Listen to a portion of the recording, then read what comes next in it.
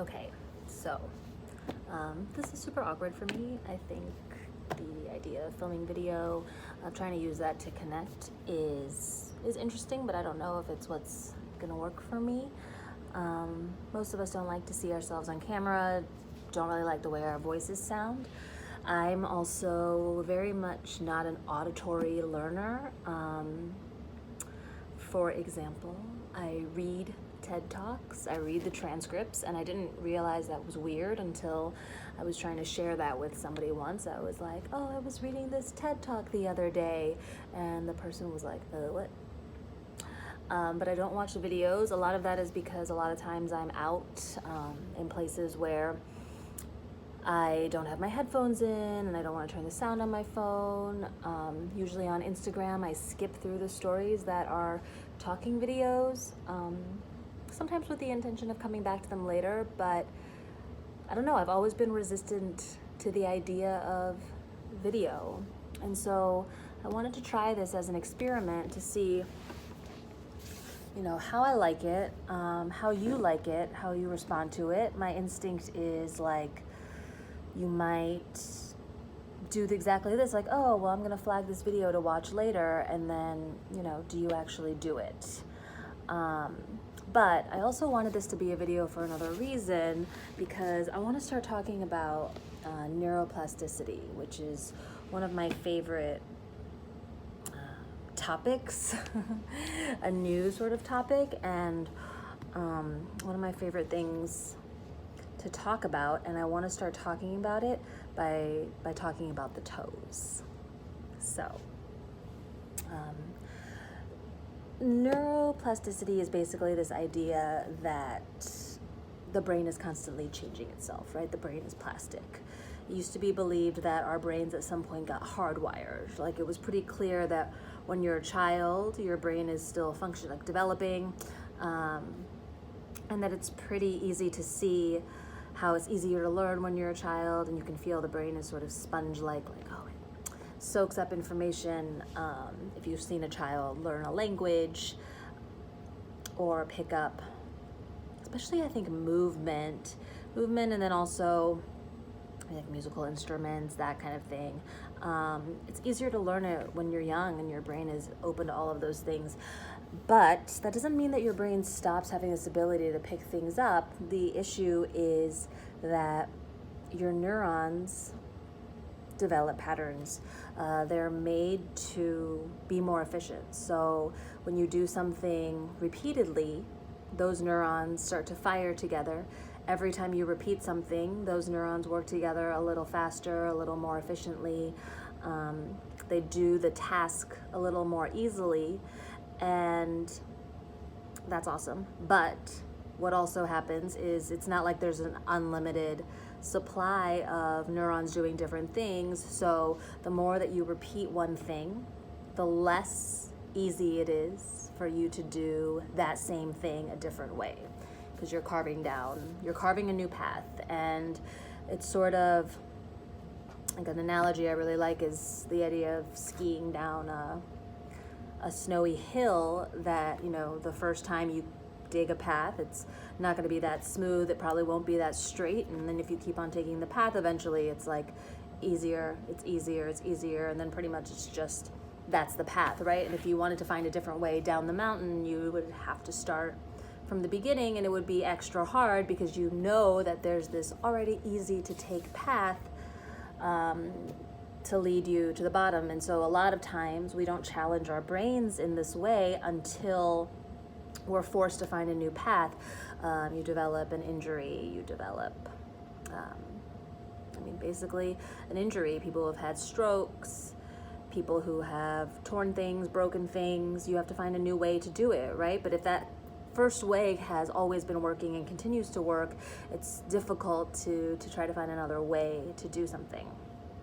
So this is at a discussion that's going to be forever, but one of my favorite ways to start talking about neuroplasticity and then relating it back to how to make our lives better is thinking about the toes.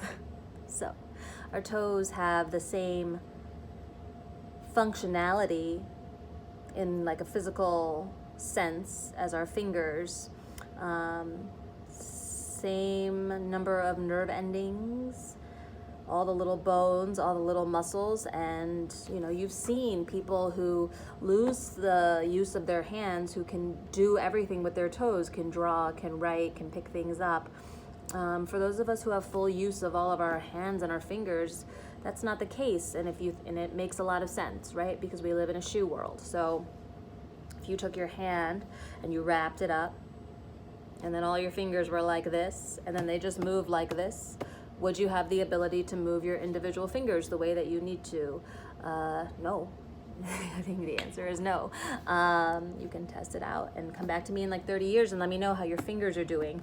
But we don't need to, because we already know what that's like. We've done this to our feet, right? We put them in shoes, they get squished together. And so something that I'm really interested in is that even me as a yoga teacher, as somebody who's barefoot a lot, and as somebody who makes a point of being active in the feet, as a way to find balance mostly, I can move my big toe, and I can move my pinky toe pretty well.